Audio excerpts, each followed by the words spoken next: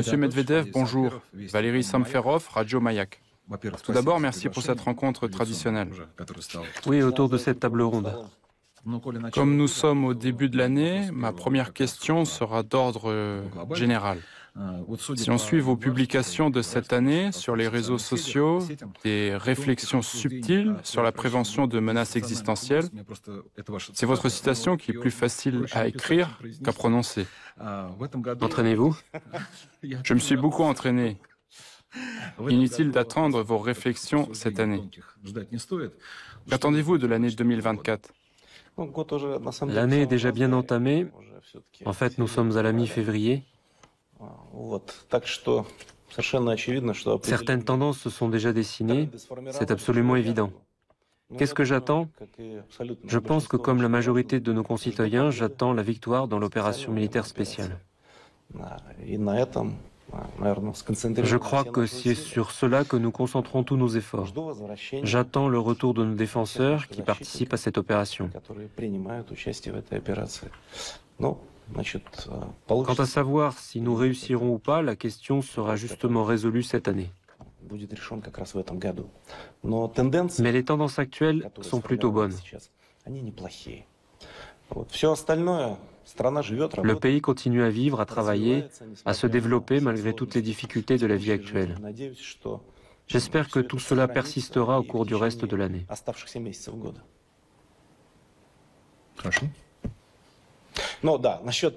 Au sujet des problèmes existentiels subtils, disons qu'il y a toujours des réflexions qui sont plus ou moins subtiles.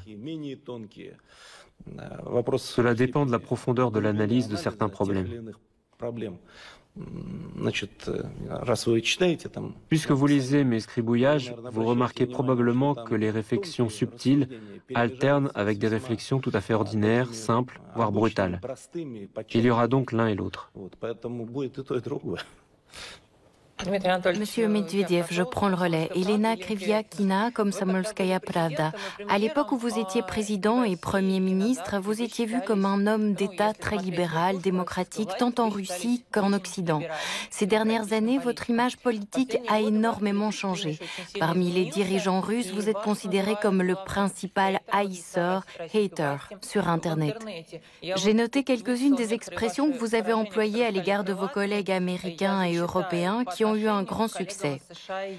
Les impuissants d'outre-Atlantique, la meute de chiens jappants du chenil occidental, le troupeau bigarré de pourceaux grognants, et à l'égard de la diplomatie française, vous avez même prononcé un juron. Personne n'attendait ça de vous. Heureusement, nous n'entendons rien de pareil à votre égard ou à l'égard des autorités. Mais l'histoire est cyclique et tôt ou tard, il faudra se réconcilier et se mettre d'accord. Ne craignez-vous pas de devenir un paria sur la scène internationale? Vous voulez pourtant poursuivre votre carrière politique. Tout d'abord, les qualités qu'on m'a attribuées et celles qu'on m'attribue sont toujours subjectives. Ceux qui voulaient voir en moi un homme politique libéral, certains milieux ou certaines personnes en Occident ou en Russie, me voyaient comme tel. En fait, je suis toujours le même qu'avant, comme disent les Russes. Par contre, ces évaluations ont changé avec l'ambiance actuelle. Pour une simple raison, nous estimons qu'on nous a traités injustement, nous, la Fédération de Russie. C'est pourquoi ces évaluations sont devenues plus dures. Quant à mes propres évaluations et mes sentiments, ils n'ont pas changé de manière radicale. Peut-être que j'avais, comme tout homme politique, des illusions et une vision un peu différente. Mais ça n'a pas tellement changé. Le président a dit récemment que nous avions été gentils avec eux pendant trop longtemps. Notre pays est peut-être effectivement passé par cette étape de son développement. On aurait dû répondre à toutes leurs questions plus tôt et beaucoup plus durement. Quant à ceux qui ne me diront pas bonjour ou ne me serreront pas la main, je réfléchirai 2 fois avant de leur tendre la main. D'autre part, quand les relations se seront normalisées, la majorité absolue des politiciens occidentaux actuels tombera dans le néant politique. Ils disparaîtront. Et pour certains, je dirais ce que je dis ces derniers temps, certains d'entre eux crèveront tout simplement. Donc ceux qui voudront construire des relations avec la Russie, ils doivent en manifester le désir sous une forme directe, ouverte et sincère.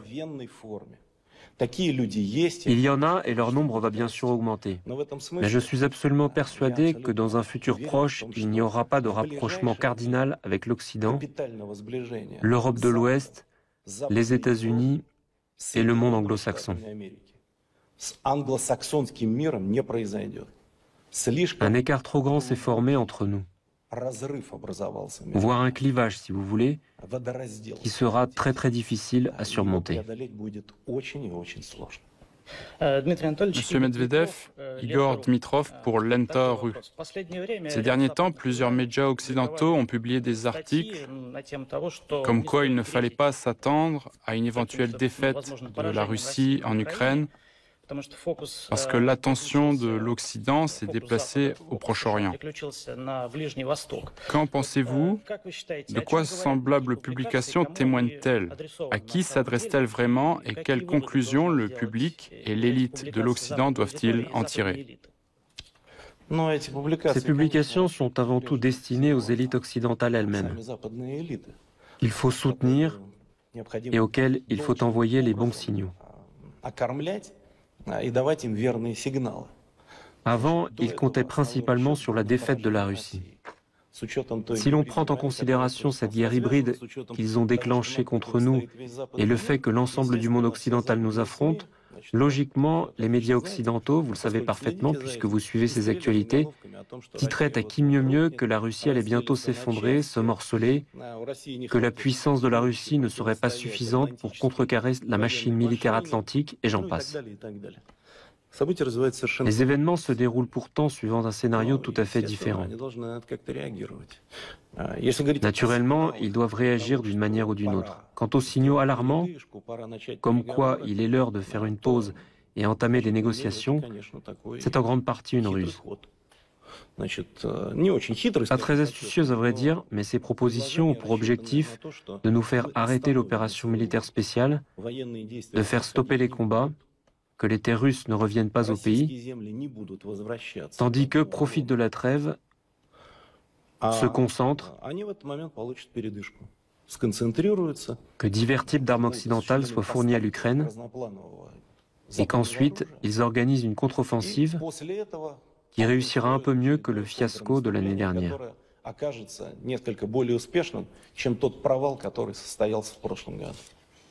C'est en partie ça l'objectif de ces publications. Elles s'inscrivent, si vous voulez, dans une campagne de propagande dont font partie les insinuations des services spéciaux destinés aux couches de la société et aux milieux les plus différents. C'est sans doute cela leur raison d'être. Mais cela nous est complètement indifférent. Ils écrivent ce qu'ils veulent. Il est évident qu'ils ne peuvent pas ignorer la situation actuelle, mais tout ce qu'on voit se passer dans les médias occidentaux n'est que le reflet de la situation réelle, des événements réels. Monsieur Medvedev, Anastasia Savinik, agence TASS.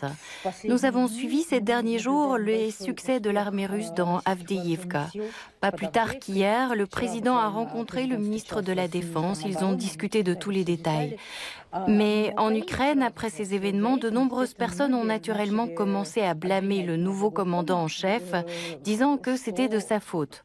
Ils lui ont reproché ses racines russes. Selon vous, devons-nous ce succès à la nomination de Syrski ou plutôt au long de travail de combat de notre armée? Et je rebondis, si vous le permettez, sur un autre sujet. Avdiivka est à nous, mais Donetsk est malheureusement toujours bombardé. Selon vous, où doit s'arrêter l'opération militaire spéciale? Devons-nous aller jusqu'à Kiev ou peut-être jusqu'à Lvov? Restera-t-il une partie de l'Ukraine que nous pourrons considérer comme un État légitime dont nous serons prêts à reconnaître les frontières? Ce qui concerne Avdiivka, Hier, on nous a présenté l'analyse de ce qui s'est passé. Il s'agit sans aucun doute d'un succès considérable de l'armée russe. Tous ceux qui ont participé à cette opération sont des héros. Il faut le dire haut et fort. Ce n'est pas à cause de Syrski ou à d'autres, mais grâce à notre glorieuse armée qui s'est mobilisée, a mené un travail de préparation en profondeur et a réussi à réaliser une percée. Vous avez dû tous le remarquer, la zone fortifiée autour d'Avdiivka n'a pas été bâtie en un an ou deux. Ce sont des constructions très solides, fortifiées, qui ont permis de tenir cette localité pendant très longtemps. Donc la tâche était rude, mais notre armée a brillamment relevé le défi. Je voudrais encore une fois féliciter tout le monde de cet événement. Quant à savoir jusqu'où aller, je vous ferai part de mon point de vue, qui selon moi correspond à l'état actuel des choses. Nous devons défendre pleinement nos intérêts. Ça veut dire quoi exactement défendre pleinement nos intérêts? Premièrement, remplir les objectifs de l'opération militaire spéciale que le président a fixée. Deuxièmement, mettre en place une zone neutre nécessaire pour protéger notre sol de toute espèce d'invasion. Je parle non seulement des bombardements, mais aussi des opérations offensives, et ainsi de suite. Ce n'est qu'à ce moment-là que nous pourrons dire que l'objectif est atteint. Jusqu'où aller? Je ne sais pas. Je pense que, compte tenu de ce que je viens de dire, nous allons devoir continuer à travailler durement et longuement. Jusqu'à Kiev? Oui, il faudra probablement aller jusqu'à Kiev. Si ce n'est pas tout de suite, peut-être lors d'une autre phase de ce conflit. Il y a deux raisons à ça. Kiev est une ville russe, mais elle représente une menace à l'existence de la Fédération de Russie. Une menace internationale, car bien que Kiev soit une ville d'origine russe, elle est dirigée par une brigade d'ennemis de la Russie, les États-Unis en tête. Tous ceux qui exercent formellement des fonctions ne sont que des marionnettes, sans peur ni remords pour l'avenir de leur pays.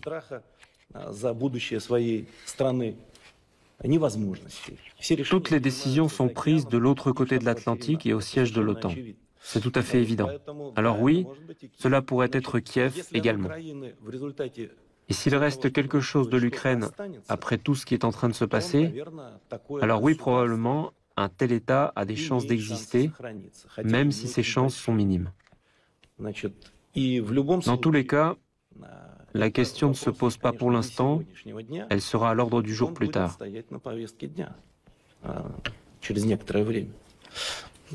Nous devons assurer l'avenir de la Russie, ce qui est impossible sans démanteler la clique nationaliste et fasciste de Kiev. Ce régime doit tomber, il doit être anéanti. Il doit disparaître de la planète Terre. Ce qui en restera, quels territoires feront partie de cette entité territoriale? Je ne peux pas l'appeler pays à présent, je ne sais pas. Peut-être la région de Lemberg, avec la ville de Lemberg comme centre, si les Polonais s'y mettent, ou bien d'autres régions. Mais c'est un processus complexe, pas seulement militaire, mais aussi politique. Et la population qui habite sur ces territoires a son rôle à jouer, son mot à dire. Ce n'est pas seulement l'affaire de l'armée. Je l'ai dit à maintes reprises, l'État ukrainien tel qu'il est aujourd'hui est dangereux pour les Ukrainiens eux-mêmes. Et pour eux, il s'agit de choisir entre soit vivre dans un État sain et commun avec la Russie, ou bien, si pas commun, alors basé sur des principes ressemblants à ceux d'un État commun, soit une guerre interminable. C'est à eux de choisir. RIA Novosti, Maria Sidibé. Pour continuer sur l'Ukraine, comment évaluez-vous les perspectives de Zelensky aujourd'hui? À votre avis, quel est le degré de loyauté de ses subordonnés? Un nouveau coup d'État pourrait-il se produire en Ukraine? Et si oui, avec qui négocier le cas échéant? Je pense qu'il s'agit d'une question secondaire pour ce qui est de savoir avec qui négocier. Un lieu saint n'est jamais vide, dit le proverbe. Quant à ce personnage, son sort sera triste sans aucun doute. Il restera dans l'histoire de son pays, dans l'histoire du monde, comme un clown sanguinaire, devenu célèbre grâce à ses fameuses publications et n'ayant rien apporté de bon à son peuple. Et peut-être se souviendra-t-on de lui parce qu'il a joué du piano en filigrane avec l'un de ses membres. C'est probablement tout ce que je peux dire à son sujet. Mais il ne s'agit pas de lui. Il s'agit du fait que les élites qui sont aux commandes aujourd'hui doivent partir. Certaines pour de bon, saines et sauves, d'autres par la force. Et des personnes complètement différentes doivent apparaître, conscientes d'être responsables de l'avenir des habitants de cette entité complexe, mais toujours existante, appelée Ukraine. Lorsque de telles personnes apparaîtront, nous pourrons négocier avec elles d'une manière ou d'une autre. Même avec cette clique, nous n'avons pas refusé de négocier. Mais vous savez ce qu'ils ont fait? Ils se sont interdits à eux-mêmes de négocier, et même les tentatives des pays occidentaux pour les pousser dans cette direction n'ont pas été couronnées de succès jusqu'à présent. On comprend pourquoi. Parce qu'ils se rendent compte que dès qu'ils diront « nous sommes prêts à négocier avec la Fédération de Russie », or les conditions des pourparlers sont claires, c'est la reconnaissance des résultats de l'opération militaire spéciale. Ils se feront instantanément arracher la tête, ils seront renversés.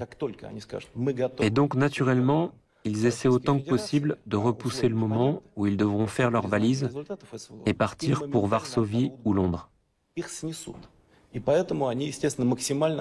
Mais il s'agit là du meilleur des scénarios. Dans le pire des cas, on sait très bien ce qui se passera. Merci. Je vous en prie. Monsieur Medvedev, vous aviez prévu 3 options sur la façon dont l'Ukraine disparaîtrait de la carte du monde.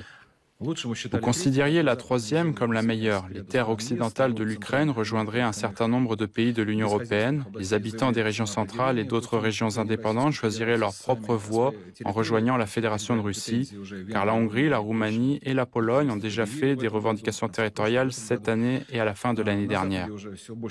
En Occident, de plus en plus de gens, comme vous venez de le dire, sont partisans d'un règlement de la situation par stabilisation le long de la ligne de front. Selon laquelle de vos options les événements se développent-ils aujourd'hui? En fait, aucune de ces options ne peut encore être rejetée. L'essentiel est que les événements évoluent globalement dans le sens que j'avais prédit. Comment cela va-t-il se terminer? Par une érosion lente et une chute du pouvoir à Kiev, ou par un effondrement instantané, un collapse de l'ensemble du système politique et le remplacement rapide des principaux personnages politiques? Il est difficile de le dire pour l'instant. Mais ce processus est en cours et de toute évidence, rien ne peut l'arrêter. Tout ce qui se passe sur la ligne de front, tout ce qui se passe dans la zone de l'opération militaire spéciale est la meilleure preuve de ces tendances. Je ne sais pas comment ça se fera, mais ça se fera sans aucun doute, et tout le monde le comprend. C'est pourquoi de nombreux analystes occidentaux, soit ouvertement, soit par crainte et par timidité, dans les couloirs, disent que non, nous ne serons pas en mesure de vaincre la Russie dans ce sens. Bien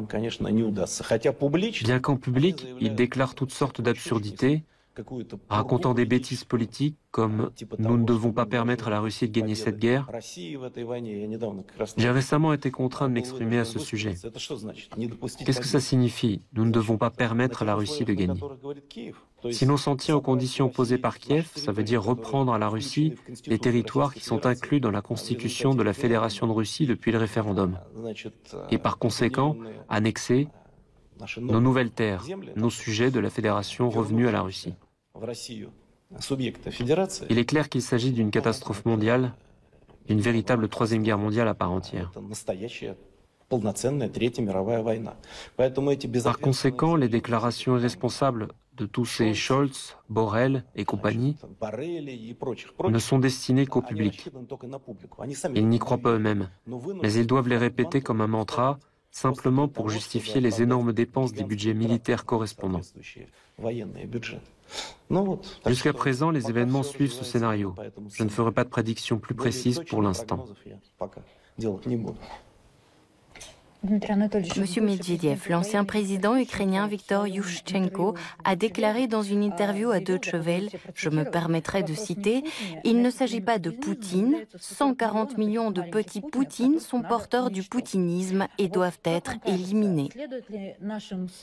Selon vous, nos médias doivent-ils relayer de telles déclarations pour révéler la nature de ce régime nazi et de toutes les élites ukrainiennes ? Ou mieux vaut ne pas attirer l'attention sur de telles déclarations qui sont essentiellement un appel au génocide. À mon avis, il faut attirer l'attention autant que possible. Yushchenko est un monstre rare avec une face immonde toute criblée, une gueule répugnante et désagréable à regarder même à la télévision. Mais il faut que tout le monde apprenne cette information. L'opinion publique mondiale, nos citoyens, les militaires qui protègent notre pays. Quoi que je pense de ce personnage, il s'agit d'un ex-président ukrainien.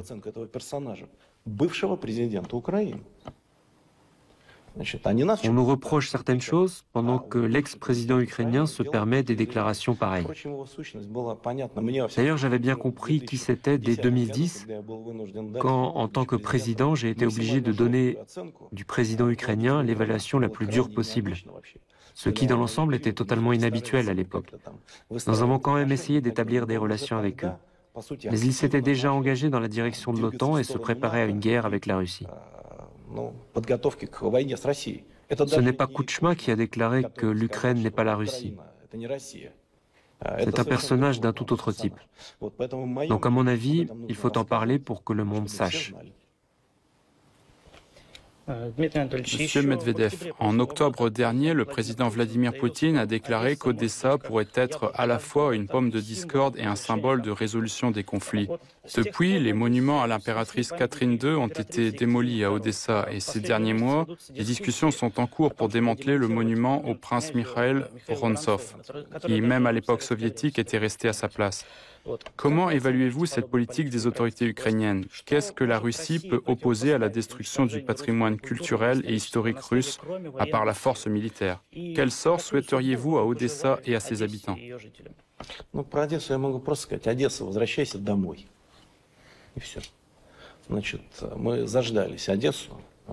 ce qui est d'Odessa, je ne peux dire qu'une chose. Odessa rentre à la maison, et c'est tout. Nous n'avons que trop attendu le retour d'Odessa dans la Fédération de Russie. Parce que c'est l'histoire même de cette ville, la manière dont les gens vivent, la langue qu'ils parlent. C'est notre ville et elle est russe. Quant à la politique de la clique de Kiev, du régime de Kiev, le moins qu'on puisse dire, c'est qu'elle est à courte vie. Parce qu'ils repoussent ainsi une partie des gens, même ceux qui leur étaient loyaux jusqu'à ces derniers temps.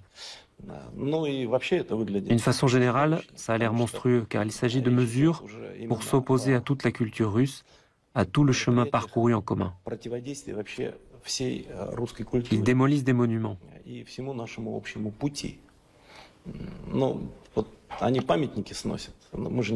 C'est la dernière idée qui puisse nous venir à l'esprit. Nous avons toujours traité avec respect les grands hommes ukrainiens, à l'exception des nazis évidents, des bandéristes de toutes sortes. Je ne parle même pas de ces classiques qui font finalement la fierté du peuple ukrainien, de l'ethnie et de la langue ukrainienne. Je pense à Shevchenko, bien qu'il ait écrit une grande partie de son œuvre en russe, à Alessia Ukrainka. Je n'évoque pas Gogol, qui est l'un des plus éminents écrivains russes et ukrainiens. Я же не говорю про Гоголя, который вообще является одним из выдающихся русских, украинских писателей. Afin de répondre immédiatement à une question supplémentaire qui pourrait se poser ici, je pars du fait qu'en général, les Russes et les Ukrainiens sont un seul peuple. Ce ne sont pas deux peuples frères. Ce n'est qu'au XXe siècle, après la chute de l'URSS, qu'on s'est mis à employer cette expression. Il s'agit d'un seul peuple. Oui, il y a des particularités linguistiques, il y a une langue classique russe, il y a un dialecte du Sud, il y a un dialecte petit russien, y compris le sourgique, parlé par une partie importante de la population, il y a une langue ukrainienne classique. Néanmoins, ça ne signifie pas que ce soit des peuples différents. Ces peuples ont été ensemble pendant 1000 ans. Ils ont été séparés par différents événements historiques. Je ne parle même pas du fait qu'à l'époque, la Russie a été obligée de venir en aide aux habitants des territoires petits-russiens pour chasser tous les invités indésirables, les Polonais et autres, de conclure les accords nécessaires qui ont permis à cette partie de la Russie de se développer de manière autonome et pas sous le talon des pays occidentaux. C'est un fait, certains territoires n'ayant pas de lien direct avec la Russie ont été inclus à l'Ukraine, c'est vrai. Mais là-bas, les dispositions de la population, leur vision des choses sont différentes. Ils ont toujours regardé dans une autre direction. Cela a toujours été comme ça. Je me souviens de mes années d'école. C'était la première fois que j'y ai été confronté. Je devais avoir 15 ans et nous avons fait un voyage de classe à Tallinn. À Tallinn aussi, les gens étaient disposés d'une certaine façon, on le savait. Néanmoins, nous avons été accueillis en tant qu'écoliers et logés dans une salle de sport. Je m'en souviens. On nous a donné des tapis pour dormir. Tout à coup, une foule est entrée. Des jeunes, d'ailleurs bien habillés, excités. Ils nous ont dit « Venez, on va discuter ». Donc on est allé discuter. Ils ont demandé d'où on venait. C'étaient des écoliers comme nous. Ils ont dit qu'ils étaient de Lvov. Rien à dire, tout s'est bien passé, on a bavardé, échangé, parlé. Mais savez-vous ce que j'ai remarqué? Ça m'a extrêmement surpris. J'étais un écolier soviétique normal, ordinaire. C'était en 1980 ou 81.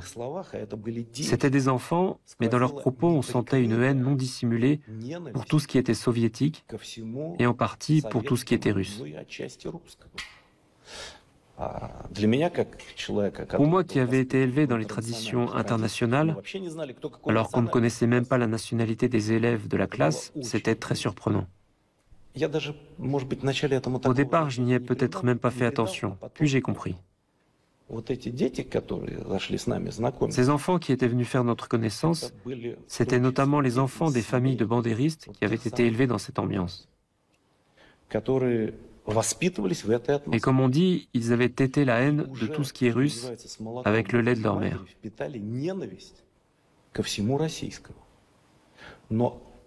C'est une partie complètement à part de cette communauté territoriale qui s'appelait l'Ukraine. Je ne peux pas l'appeler pays au sens plein du terme. Et à l'époque, ce n'était pas un pays, c'était juste une république au sein de l'URSS. Comme vous le savez, elle est apparue à la suite des événements politiques de la première moitié du XXe siècle. Je me suis souvenu de ça et je voulais vous le raconter. Merci. Je voudrais également aborder la question des relations avec les États-Unis.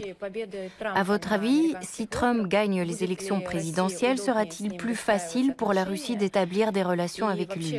Et en général, une amélioration des relations russo-américaines est-elle possible, envisageable dans les années à venir? Si oui, dans quelles conditions cela pourra-t-il se passer?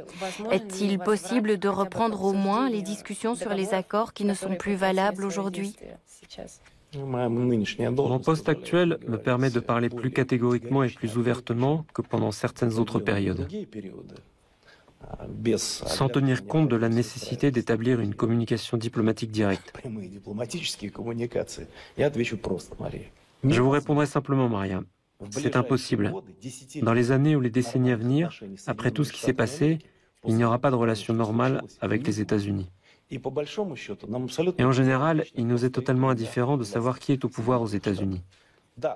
Oui, les dirigeants ont leur propre trait de caractère.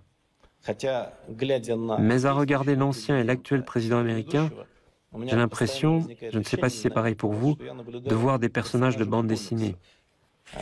Des personnages qui disent et créent des mèmes qui sont prétexte à d'interminables blagues et à tout ce qui abonde sur Internet et dans les réseaux sociaux.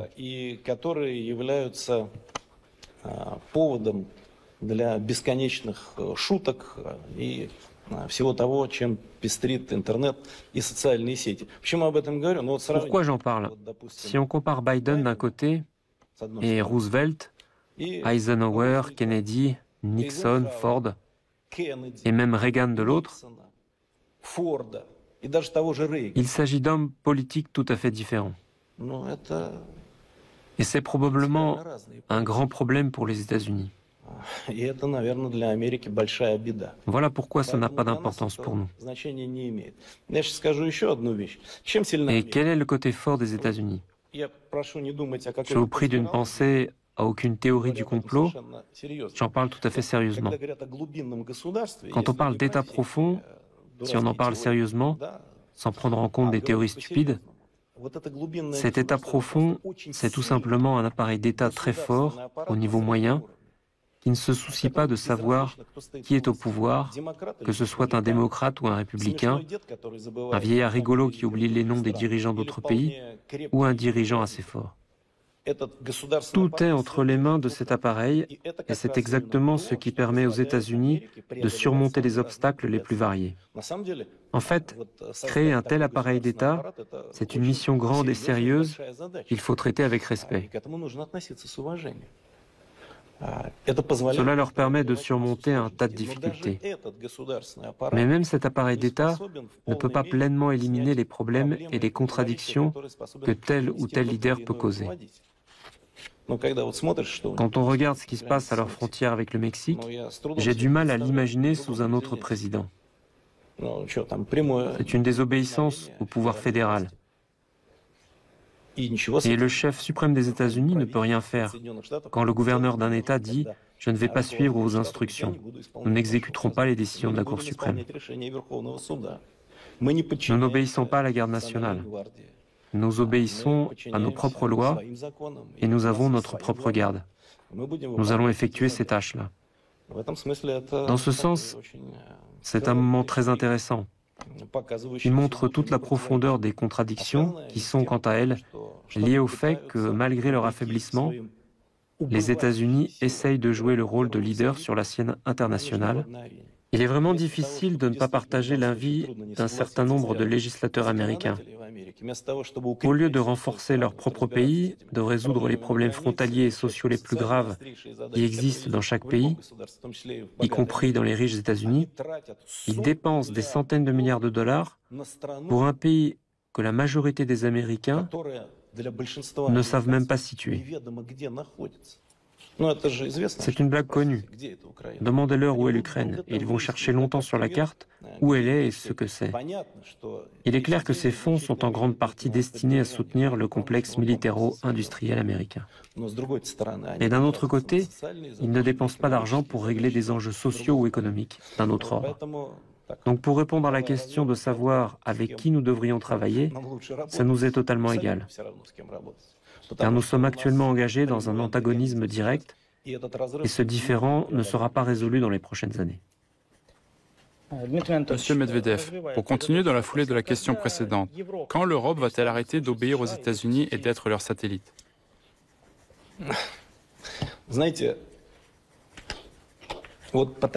Comme je le vois aujourd'hui, ce n'est pas pour les années à venir. Pour plusieurs raisons. Premièrement, les Américains ont bien profité de la faiblesse de l'Europe. Ils leur ont pris un certain nombre de secteurs économiques et assurent entièrement la sécurité en Europe. C'est-à-dire que les Européens obéissent aux ordres des États-Unis. Deuxièmement, comme je l'ai déjà dit à plusieurs reprises, il n'y a plus de leader en Europe. On a une génération de technocrates, fallot, qui ne font que partager les idéaux européens et atlantiques. Au lieu de s'occuper de leurs problèmes nationaux, ils exécutent les ordres de Washington. Bien entendu, il y a des exceptions, comme Fico ou Orban, mais ce sont les exceptions qui confirment la règle. Tous les autres sont des gens qui n'ont pas de position personnelle. Comparez Macron à ses nombreux prédécesseurs. À Mitterrand, par exemple, que Biden confond avec Macron. Mais il s'agit de différents présidents. François Mitterrand et Emmanuel Macron sont des présidents différents. Peut-être que ça sera une information importante pour eux. Et je ne parle pas du général de Gaulle. Comparez Scholz et Kohl ou Schmitt. Ce sont des politiciens différents. Les hommes politiques de la génération précédente avaient, je dirais, la force intérieure de résister sur des questions importantes pour leur pays. Ça ne veut pas dire qu'ils étaient à nos côtés ou qu'ils avaient abandonné les idéaux européens. Non. Mais ils pouvaient objecter, à tel point que sous la présidence de Charles de Gaulle, la France a suspendu sa participation à la composante militaire de l'OTAN, parce qu'elle l'a jugé bon. Vous pouvez vous imaginer quelqu'un qui puisse aujourd'hui rien qu'en parler timidement, mais il se fera déchiqueter. On dira les Russes vont nous tomber sur le dos, les Cosaques vont de nouveau galoper dans Paris, le monde va s'effondrer. Il n'y a personne à qui parler là-bas. S'ils s'en trouvent un jour, il sera plus facile de s'entendre avec eux. J'espère que ce sera le cas. Si ce n'est pas demain, alors après-demain. Le peuple va simplement demander à ces personnes de venir, car il finira bien par sentir que la génération actuelle des politiciens ne répond pas à ses attentes. Une question sur le Texas. Oui, c'est une région magnifique. Oui, il y a aussi le ranch de Bush père. Oui, j'y suis allé une fois. Vous avez abordé aujourd'hui et dans les réseaux sociaux la question d'une éventuelle indépendance de l'État du Texas. La situation liée aux clandestins pourrait-elle conduire à la disparition d'une étoile sur le drapeau américain et à la naissance d'un nouvel État indépendant? J'ai bien écrit dans ma prédiction humoristique que ça arriverait. Maintenant, nous attendons tous la signature d'un accord d'amitié et de coopération entre la RPT et la RPD, la République populaire du Texas et la République populaire de Donetsk.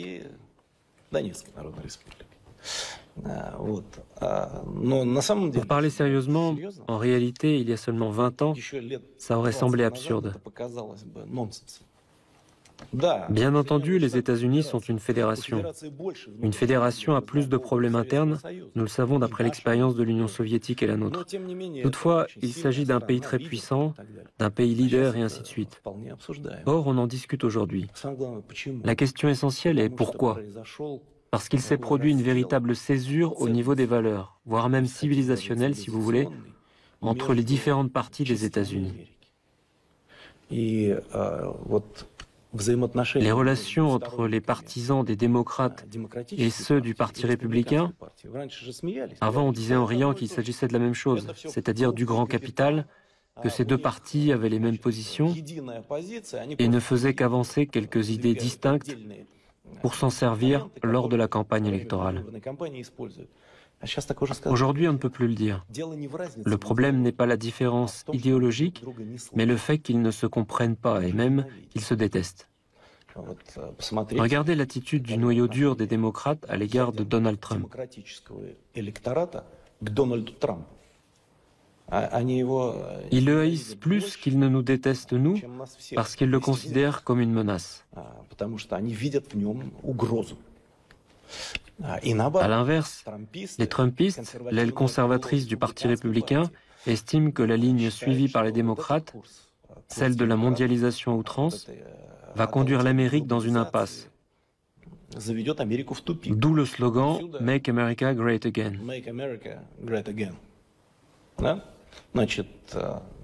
C'est donc le slogan de la renaissance interne de l'Amérique. C'est leur problème, en fait. Mais il y a encore 20 ou 25 ans, il était inimaginable qu'une telle situation survienne. Et la raison en est justement la ligne politique médiocre suivie par les autorités américaines après la chute de l'Union soviétique. Il pourrait donc y avoir un nouvel État. Je crois que j'en ai parlé. La conclusion d'un accord entre les RPT et les RPD n'est-elle pas le signe de la souveraineté ? Tout est possible. À l'heure actuelle, ce n'est effectivement pas impossible. Mais si vous pensez que nous en sommes ravis, ce n'est pas le cas. Malgré tous les inconvénients de la coexistence, ou pour être honnête, de l'hostilité avec les États-Unis, il est plus important pour nous que la situation dans ce pays soit calme, plutôt que d'assister à un effondrement du pouvoir ou à une guerre civile imprévisible comme au XIXe siècle. La raison en est simple. Les États-Unis sont malgré tout un acteur majeur sur la scène internationale. Les États-Unis ont des capacités militaires énormes. Ils sont notre adversaire direct dans ce sens, mais d'un autre côté, ils sont notre partenaire dans le cadre des négociations sur les armes nucléaires. Malheureusement, pour l'économie mondiale, les États-Unis sont le principal émetteur de monnaie de réserve. Et si cette monnaie s'effondre, les conséquences se feront sentir pour tout le monde. Il faut en tenir compte.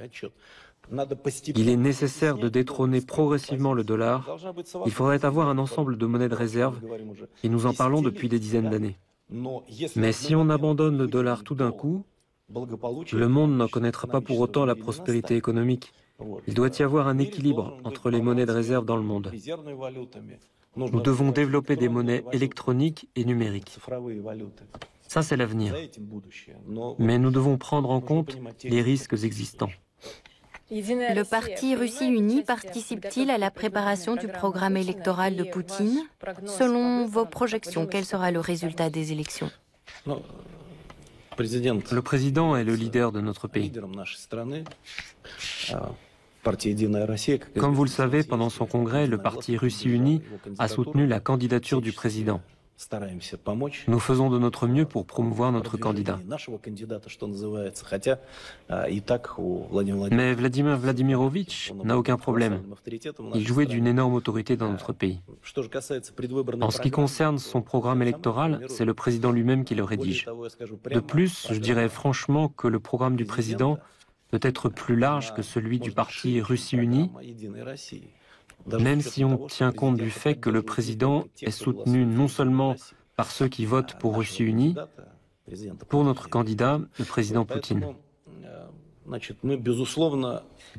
serons donc prêts à mettre en œuvre les idées avec lesquelles le président se présentera aux élections. En fait, dans un esprit préélectoral, il va probablement parler de certaines de ses idées dans son discours devant l'Assemblée générale à la fin du mois. En ce qui concerne les pronostics, je pense qu'il ne fait aucun doute que M. Poutine gagnera ces élections et obtiendra un résultat remarquable. Monsieur Medvedev, parlons économie. D'accord. Peut-on espérer que les avoirs gelés de la Russie lui seront rendus? En avons-nous besoin ou pouvons-nous survivre sans ces 280 milliards de dollars? Si l'Occident réussit à créer un mécanisme de saisie, comment pourrons-nous y répondre? Je vous ferai part de ma position. Je pense que les chances de récupérer cet argent sont minces. Et c'est dommage. Mais c'est un élément de confrontation. Cela fait partie de la guerre hybride déclenchée contre nous. Et je veux attirer votre attention sur un fait que l'Occident comprend bien.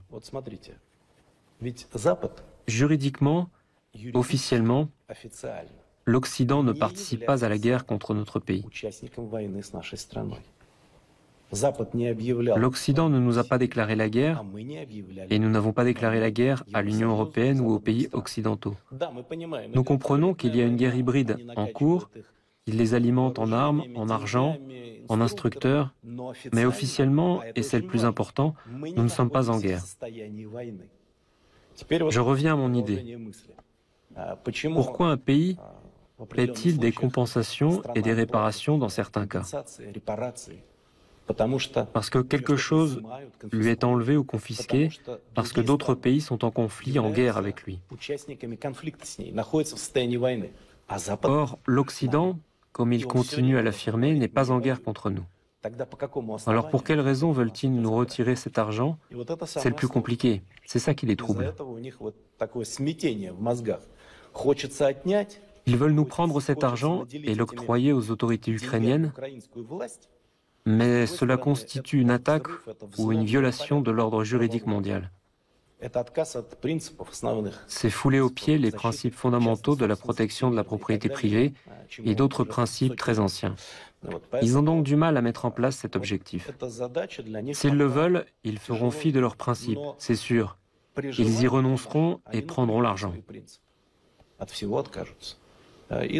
Nous survivrons sans. Quant à nos réponses, elles peuvent être différentes, nous le comprenons tous. Il existe même déjà un certain nombre de résolutions, mais elles sont toutes partielles. Pour des raisons évidentes, il n'y a pas sur notre territoire d'investissements étrangers que nous pouvons récupérer comme ils l'ont fait avec nos avoirs.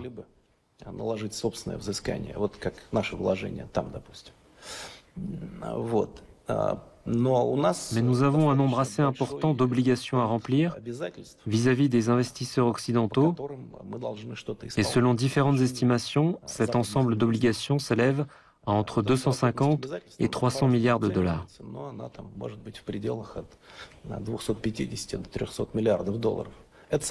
C'est une toute autre histoire. Je ne dis même pas qu'il faille le faire, mais en principe, c'est une réponse asymétrique. Dans ce cas-là, ce sont des investisseurs privés qui vont être lésés du respect de ces obligations, et je dirais que nous n'avons pas très envie d'emprunter cette voie. Mais c'est aussi une possibilité. Nos prédécesseurs, je parle du jeune gouvernement de la Russie soviétique, ont refusé jadis de rembourser les emprunts étrangers du gouvernement tsariste. Dans le cas présent, l'analogie est purement conditionnelle, parce qu'il n'y a pas eu interruption du pouvoir, mais on peut quand même établir une comparaison. D'une part, c'est un cas de force majeure, de l'autre, nous allons être tenus de constater l'état de guerre avec eux, mais je le souligne du point de vue juridique. Ce ne sont pour l'instant que des réflexions à haute voix. D'autant plus qu'ils n'ont pris aucune décision, même sur les revenus de nos avoirs.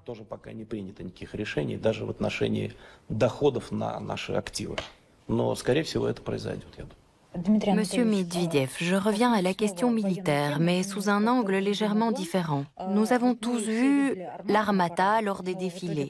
Mais en fin de compte, quand l'opération militaire spéciale a commencé, nous avons dû employer de vieux chars. Quelqu'un aurait-il jeté de la poudre aux yeux des dirigeants en parlant des succès de l'industrie de la défense russe? Vous inspectez les entreprises? À votre avis, la capacité est-elle suffisante pour atteindre les objectifs de l'opération militaire spéciale? N'y a-t-il pas un manque de personnel parce que les entreprises travaillent 24 heures sur 24? Y a-t-il assez de spécialistes? Les défilés, c'est une chose, la guerre, c'en est une autre. Ce sont des choses complètement différentes. Il suffit de comprendre les différents critères utilisés. L'Armata est un nouveau char. Il n'a pas encore passé tous les tests. Ce n'est pas le char le moins cher. Nous avons d'autres chars qui ont brillamment fait leurs preuves dans le cadre de l'opération militaire spéciale. Il s'agit du T-90M ProRiv, que le président a récemment appelé le meilleur char du monde. Je partage pleinement son opinion. Toutes mes discussions, par exemple, avec ceux qui participent à l'opération militaire spéciale, tant sur les terrains d'entraînement que sur la ligne de front, prouvent qu'il en est ainsi. J'ai inspecté la formation de certaines unités, le recrutement sous contrat. Les commandants de combat qui sont revenus de la ligne de front forment une unité, puis ils partent. Ils ont demandé de les aider à obtenir des T-90M. C'est une très bonne arme. Mais il en existe d'autres, si nous parlons de chars. T-80 BVM, T-72 B3M. Pourquoi est-ce que je cite ces lettres et ces chiffres? Ce sont des chars modernisés. Oui, ils remontent aux années 80 ou 70, mais ces chars ne sont certainement pas pires que les chars occidentaux. Ils sont meilleurs, en particulier dans leur version modernisée. Le plus important, c'est que nous avons récemment réussi à fournir à l'armée des véhicules blindés dans les volumes maximaux. Ce matériel est utilisé. Il s'agit de milliers et de milliers de véhicules blindés.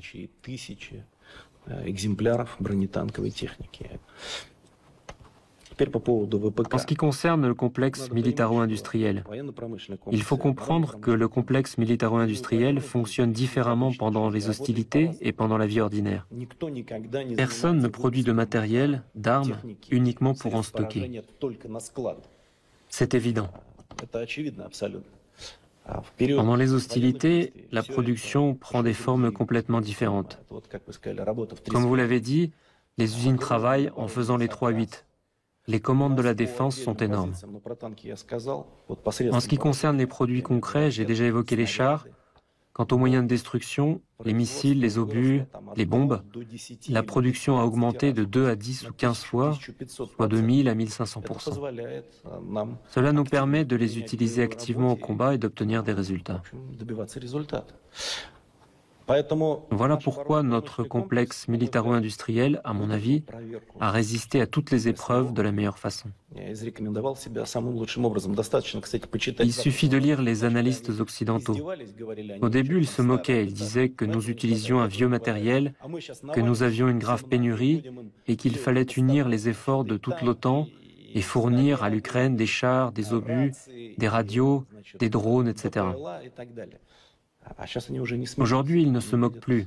Ils voient qu'en ce qui concerne une grande partie des composants, nous les surpassons. Les drones, c'est une question à part. Chez nous, avant le début de l'opération militaire spéciale, ces appareils n'étaient pas bien développés, c'est vrai. Mais il faut reconnaître, et c'est tout à l'honneur de l'industrie de la défense, qu'au cours de la dernière année et demie, cet écart a été surmonté. Maintenant, nos drones opèrent dans tous les segments. Des grosses machines aux munitions rôdeuses, c'est-à-dire des drones kamikazes qui remplissent une seule mission, détruisent une cible et disparaissent. Tout cela est également produit en série. Donc je peux affirmer que le complexe militaro-industriel a résisté à l'épreuve de l'opération militaire spéciale. Je tiens à remercier tous ceux qui travaillent dans cette industrie. Ce sont des enthousiastes de leur métier, de vrais patriotes. Monsieur Medvedev, les médias occidentaux écrivaient qu'en 2024, les dépenses militaires du budget fédéral russe augmenteraient. Cependant, le ministre russe des Finances, Anton Siluanov, insiste sur le fait que le budget du pays ne peut pas être qualifié de militaire. Est-ce que l'économie russe est aujourd'hui une économie de guerre? Est-ce que les questions sociales sont négligées? Qu'est-ce qui est le plus important à l'heure actuelle, les dépenses militaires ou sociales?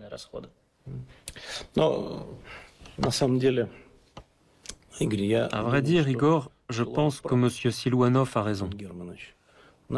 Notre budget n'est pas militaire au sens strict du terme, si on le compare par exemple à celui de l'URSS pendant la Grande Guerre patriotique.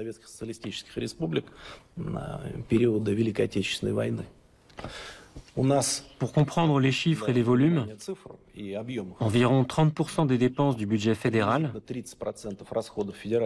il s'agit de milliers de milliards de roubles, est consacré aux dépenses sociales. L'enseignement, la santé publique, aucune obligation sociale n'est négligée, tout est payé. Les salaires et les allocations dans ce secteur sont payés et même augmentent pour certains postes. Cela représente un tiers du budget.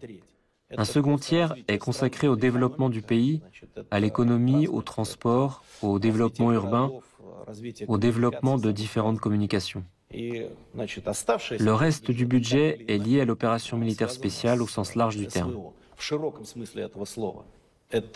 Il ne s'agit pas de dépenses pour la défense au sens étroit du terme, mais au sens large. C'est exactement la preuve de ce qu'a dit le ministre des Finances. Il s'agit du budget d'un État en développement consacrant des dépenses significatives à la défense, c'est vrai. On verra comment ce sera plus tard.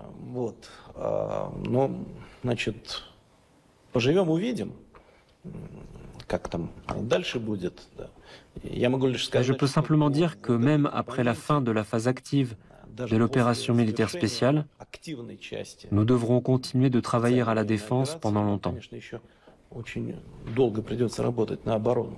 pour que tout le monde sache que nous avons des réserves solides et pour que personne ne pense empiéter sur nos intérêts. De plus, pour revenir au sujet du complexe militaro-industriel, je suis sûr qu'après tout ce qui a été fait, notre matériel militaire sera encore plus demandé sur les marchés mondiaux qu'auparavant. C'est une chose de montrer simplement de belles images, et c'en est une autre de se battre réellement. De ce point de vue, la preuve est faite. Il se trouve qu'il y a eu 2 morts très médiatisées en même temps. Maxime Kouzminov, un ancien pilote militaire russe transfuge qui, il y a 6 mois, avait détourné un hélicoptère Mi-8 vers l'Ukraine, a été tué en Espagne. L'armée russe avait auparavant menacé Kouzminov de mort. Maintenant, tout le monde commente l'événement en Russie et en Occident. Tout le monde en parle et ce qui est intéressant, s'accorde pour dire qu'il s'agit d'une vengeance.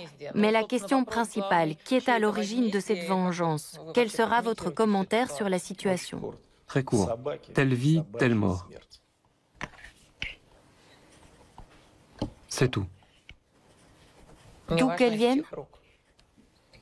J'ai tout dit.